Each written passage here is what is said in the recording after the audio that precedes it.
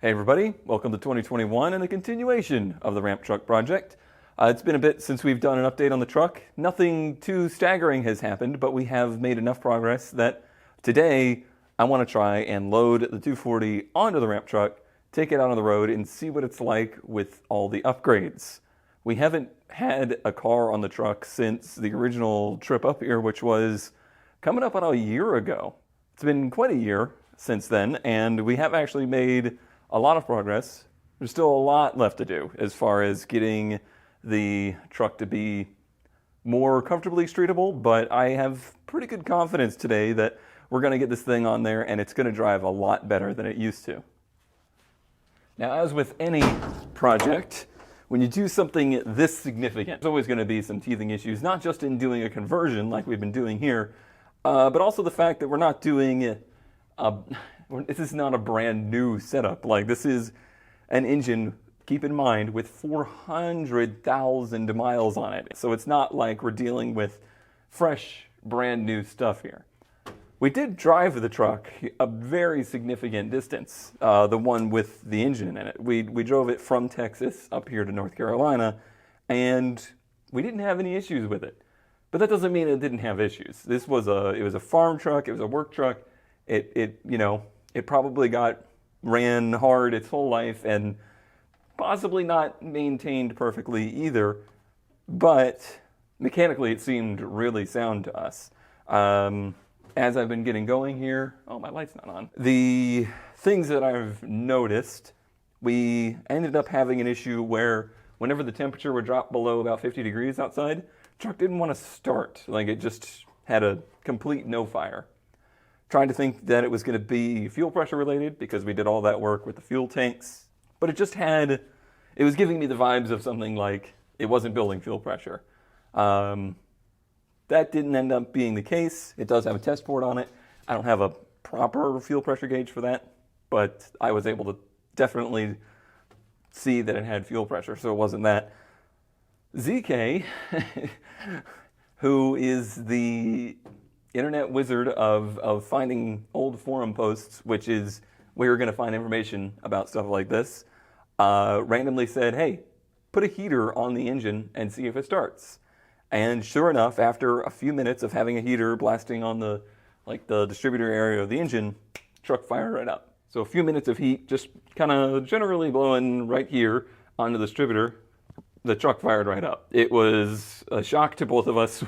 I don't think either of us really expected that to be a real thing, but it led us to some conclusions, which was that the magnetic pickup in the distributor was possibly faulty, and when it was cold, the contacts were getting far enough apart that it just wasn't working anymore.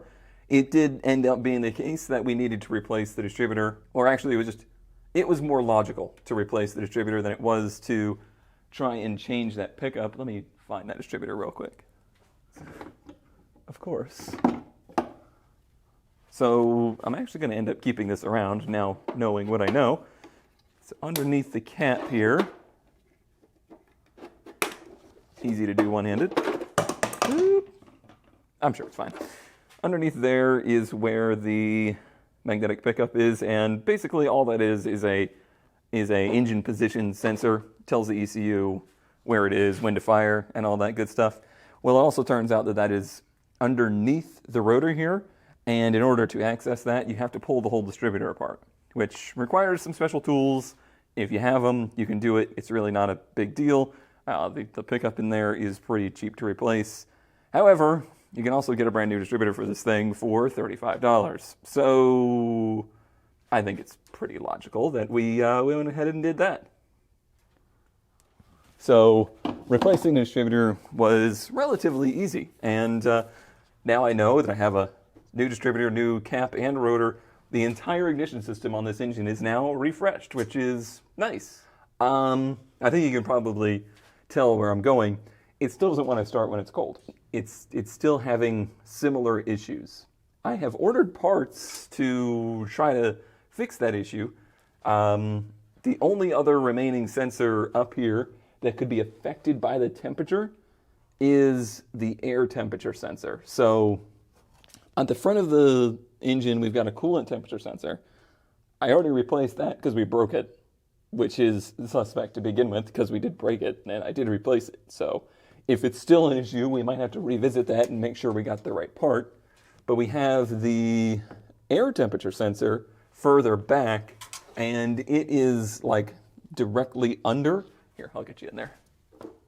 So it is this guy back here. So I've now been directly heating that whenever it wouldn't start.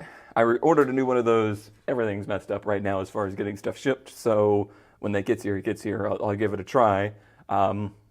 It's unfortunate, and I'm sure people are going to be like, oh, that sucks. You know, you did all this work to make the truck more reliable, and now it's honestly, you know, it starts less often than it used to. This is the kind of stuff that I expect. Like, it's never easy to do this kind of stuff. You're always going to have these teething issues and just general things that you wouldn't expect. Even if you just buy an old truck or you buy an old project car or whatever, you don't know everything. Like, when somebody sells you something, they're not going to tell you every little detail, every little nuance of what it does wrong. I mean, I do. That's why I never sell a car for a reasonable price, but most people that are sane aren't going to do that. Some other little things, I still haven't fixed the collector leaks. That's a huge thing that's going to take a lot of frustrating work to fix, and honestly, at the point of right now, it's not causing me to not drive it, so I'm just kind of ignoring it, which is the best way to fix most problems. The other thing is I'm having some issues with the alternator belt wanting to either slip or be too tight on the water pump. So I finally got me a different belt for it that I now see has a different number than the belt on the truck. So that's making me a little bit worried. But the belt for this is a little bit weird because we only have an alternator. We only have the crank up to the water pump, up to the alternator. There's no smog pump, there's no AC, and the water pump would previously have 2 belts on it. It now only has 1. So there's different, you know, loads on everything. I noticed when we did this whole thing that the belt looked pretty weak. So now we're going to see if this belt that I ordered actually fits, now that I see it has a different number. Camera stopped recording, and I was like, why would the camera stop recording? Well, it turns out that the memory card I'm using today is the one that was in the camera when we made the trip up here. So I think I was saying that I haven't been doing a lot of recording, I haven't been making a lot of videos, an occasional little bit of work out here, but I've just been trying to do a little bit of recuperation, physically, financially, mentally. As fun as it all was getting this thing, you know, getting the engine in and all this stuff, it was certainly pretty taxing. So I want to make sure that I don't burn myself out in any way, but also definitely trying to get myself poised to do as much as I can in the upcoming year. I'm excited to do more of this kind of stuff in the upcoming year. The stream stuff has been phenomenal. Like, the amount of support that I've had for the live streamed garage content is amazing, and certainly has me inspired to just keep doing more and more. I really dislike this style of tensioner where it's just a slide. Like, the tension is only set by where this bolt is on this slide. On a decent setup, there would be a screw in here that you would tighten or loosen in order to move where the alternator is, instead of just having to set it by hand. And maybe that's how it was from the factory, but that's missing because we're missing, you know, the other accessories. I'm not sure. So now we set tension with this. That's just how it's going to be. So I like to have the belt just at the point where you can do a 90-degree bend in it. Can I get the camera in there to show you? By golly, I think he's done it. All right, so the belt, now you can't see because there's no light. The belt should be able to do just a 90-degree bend, but not more than that. You don't want it to be able to go more than that. And that's just a decent starting point as far as where to get your tension on the belt. Okay, with the belt on there, let's see if it wants to start up. It might be too cold, and if it is too cold, you'll get to see how ridiculous it is to get this thing started.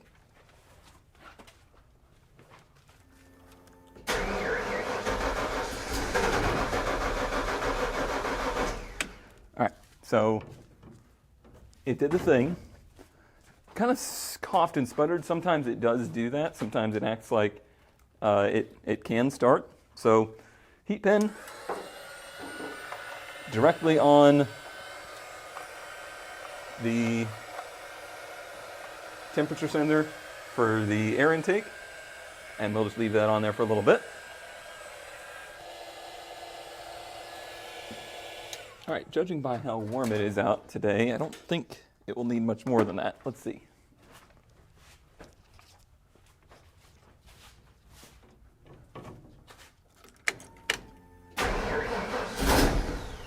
Ooh, it's close.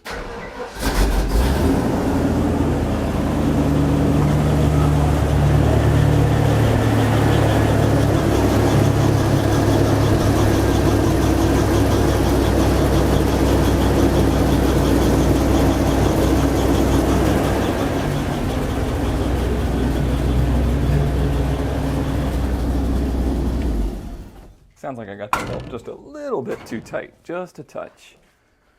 Just because I can hear the water pump kind of making that ee sound. That's usually the sound of the belt putting too much tension on the pulley and causing the bearings just to be a little bit unhappy. It may need a water pump as well in the not too distant future. Hey, that should probably be tighter. Yeah, so that, I mean, that's a minor thing. Yeah, the temperature sender thing, I cannot explain to you exactly why. Oop, that's probably too much. Might squeal now. I cannot explain to you why the temperature sender would cause the engine to not want to start. But that's kind of how 90s computers were. This is pre-OBD2. It is OBD1, which is smarter than some of the original stuff. Like, if you're an OG and you remember the Supra build, the engine in that thing was pre-OBD1, and it was a nightmare. Like, the computer was just a mystery to us. Luckily, it always ran great, so we never really worried about it. This being OBD1, it's not super smart, so you can't go in there and just like easily pull codes and see what's going on. You can hook some pins together and it will flash lights for codes for you, but that kind of stuff is rudimentary. And mostly it's just going to give you emissions codes, which we're going to have some of because we have a lot of emission stuff omitted on this engine. Yeah, that is that. All right, let's see if the belt squeals, and if not, I'm going to get to loading up the car on here.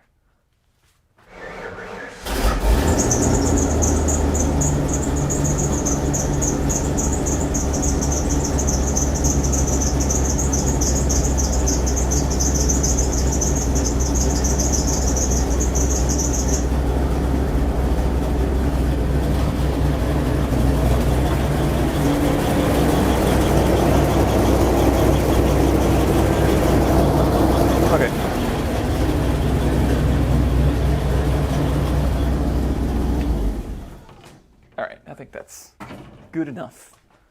Good enough. Once I'm going to tighten it just a little bit more so it doesn't squeal, and we'll be happy with that.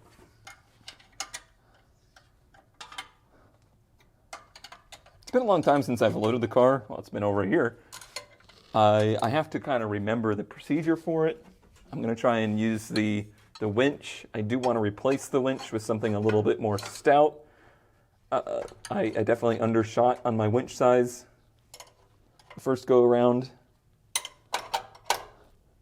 but live and learn.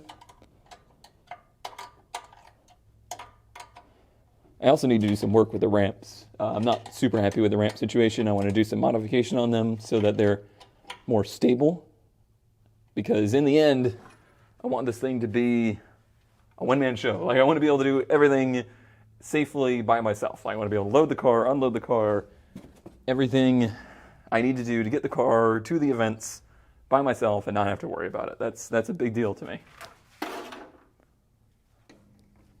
Unfortunately, I'm not going to be able to take you along with me as far as like shooting stuff out in the driveway. Another reason I haven't been doing a lot of videos lately is I've had a bit of an unfortunate circumstance with a neighbor of mine where he has moved in and decided that it's cool to just kind of like waltz up into my yard and my driveway and my garage and stuff and just start, chatting. He's a interesting old man that I would rather just not be waltzing around into my business. So one of the things I've been doing instead of putting money into this is saving up for a nice privacy fence, because the best neighbor is a fence.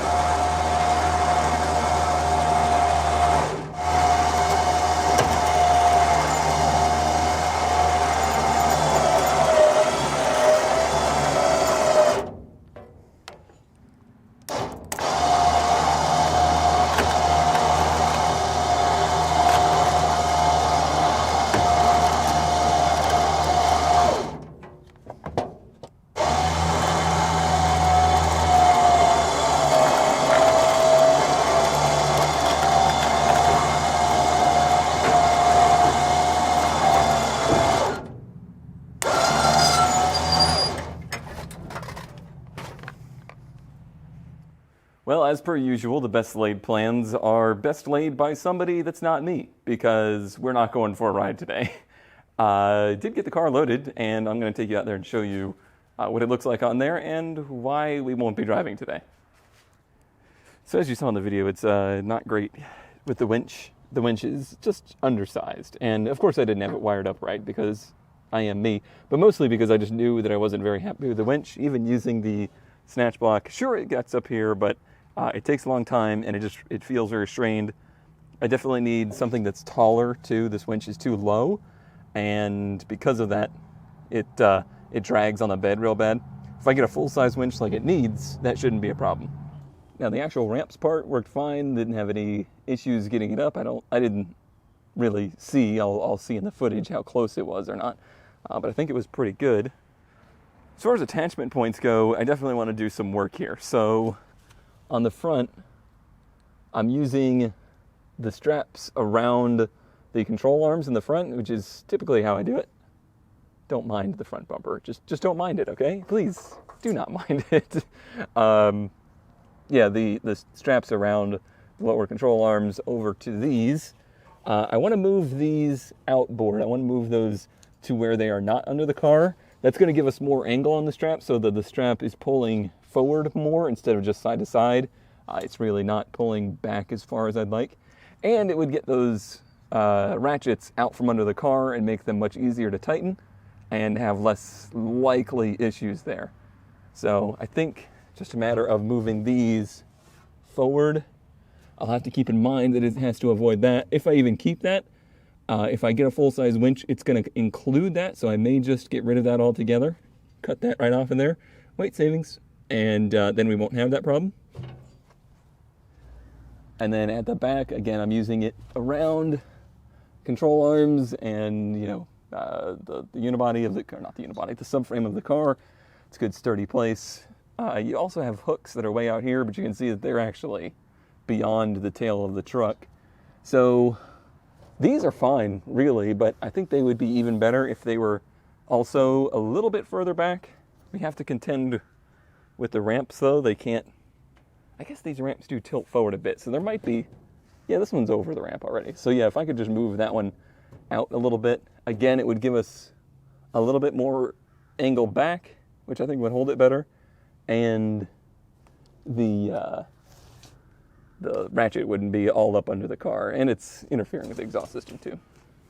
So in the process of going ahead and airing up the tires, which I haven't really done in a while, I noticed that our hella flush stance is a bit of a problem, which I thought it might be, but I didn't think it would be quite as much of a problem as it is. I hadn't had a car on here in so long that I forgot how much the back drooped, and it drooped enough that this tire is interfering with the fender, essentially. So what they've done is inside of here, it'll be impossible to see, I'm sure, but inside of there's essentially a 1/4-inch round stock piece of steel that is welded around the wheel well to give it structure.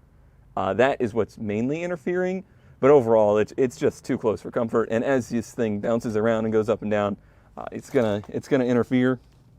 I did consider going in and doing the classic 240 guy thing and just, you know, prying it back some. I've done this on many a 240 in the past when it had issues with this, but it is just too strong to do that with. So for today, we are definitely not driving anywhere. I'm going to have to take the car off. I'm going to have to pull the wheels off and probably modify this, because I want to use this size tire and wheel on here. It's like these are staying. This can get modified.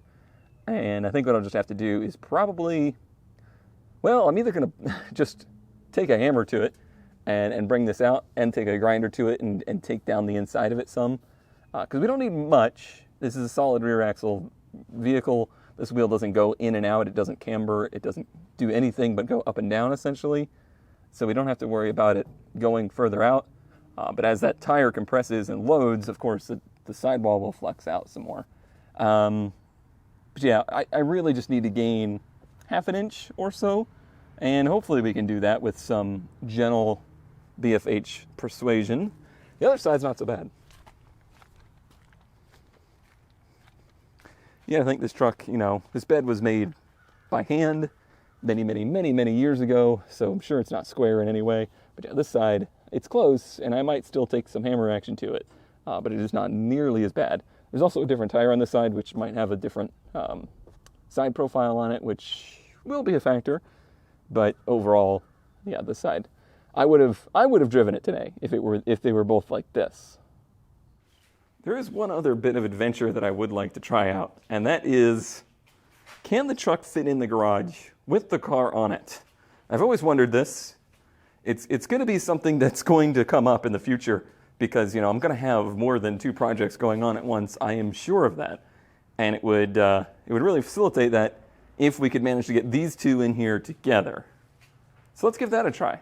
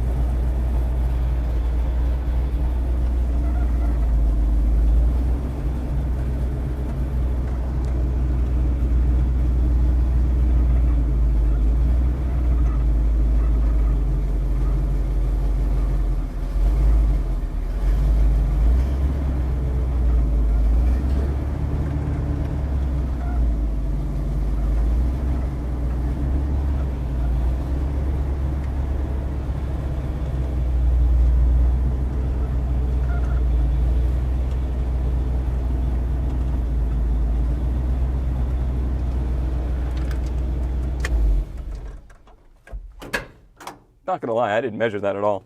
That just happened to work. That's amazing.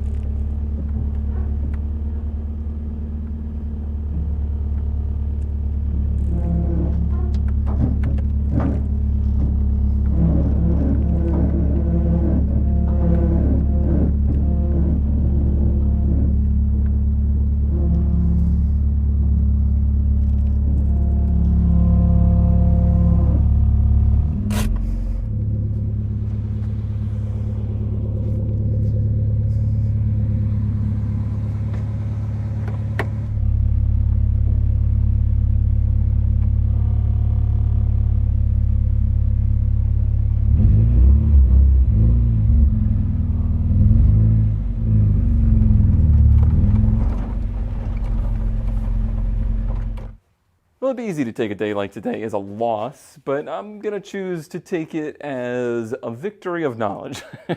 I certainly learned a lot of things about our truck and what I need to do moving forward, because we are getting to the point of making it the right hauler for this car.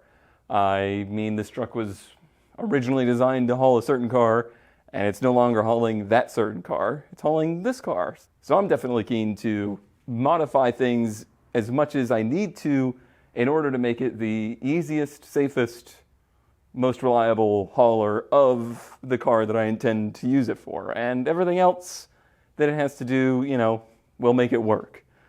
So definitely going to do some modifications to the bed now, as far as the mounting points, and of course, getting the fender off of the wheel or the tire is important too. But a pleasant surprise that it fits in the garage. Me and my cousin, when I first moved up here, thought about it. Like, we definitely were inching towards the garage, like, we could do it, we could, and bailed on it that night. Well, now I know we could have done it. But for now, I'm going to go knock all the clay off of my hands and go inside, edit this video, and start thinking about the next thing to do. Well, actually, before we go here, package that says, please do not bend. I knew this was coming. This is from Home for Summer, or Ant, as we know him. He was on the Random Park podcast a little while ago, and he asked me a little while ago, "Hi, Xerxes. Do you want to be part of this?" Yeah? Anyway, he said, I want to send you something. And I was like, now there's somebody that if they're going to send me something, probably has something cool. Hopefully it's not too bent. Let's see. Ant, if you don't know, is a professional automotive journalist. Writes for magazines. Oh, we got multiple packagings. Is there anything else in there? Nope. What could it be? It's got to be a magazine, right? Feels very magazine-like. That makes a terrible noise. But what is it going to be? Is there like an interesting cover car or something? Is it a 240? Is it a ramp truck? What could it be? How do you open this? The card is a card. The mag is one from my collection I thought you might appreciate. Unfortunately, there was no UK market equivalent for the ramp truck. I just said that. Oh, wow, that is cool. Auto Car and Motor from the 19th of April, 1989. We take Nissan's new brilliant 200SX Ferrari looks, Porsche pace, Ford price. Oh, we test. I thought that said take. We test Nissan's brilliant 200SX. I have never seen this particular magazine cover or article before. Now, granted, I'm usually looking for stuff for the 240SX, not the 200, but this is mostly the same car. Ferrari looks, Porsche pace, Ford price. Ferrari looks? That's a stretch. What year are we talking about? What year, or not what year, what page? Road test 32. Oh, is it like a full, oh wow. What's before this? No, okay. Neat. That is super cool. That's very, very cool. I appreciate that. I have a pretty good collection going of S13 memorabilia, articles, and things like that. And I definitely love having more. Oh man, this is the one that I've always wanted. I've always wanted a pig nose with a CA18 in it. I always liked the CA engine. One of the projects that I have in mind for the coming year, if things work out, is that I want an S12, a previous generation 200SX, and I want to do that engine in it. Oh, this is very cool. Very, very cool. Of course, the 200 was a little bit better of a car than the 240 overall. Here's the competition they put it up against. The Isuzu Pizza Turbo, the Lotus Excel SE, the RX-7, the Starion Turbo, and the Toyota Celica GT. That's super cool. I greatly appreciate this, Ant. That is really neat. All right.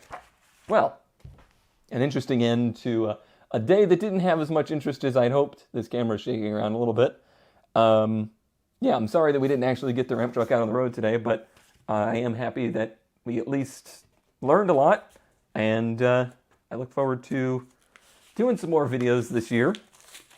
I don't know exactly where the roads are going to take us this year, but we will see.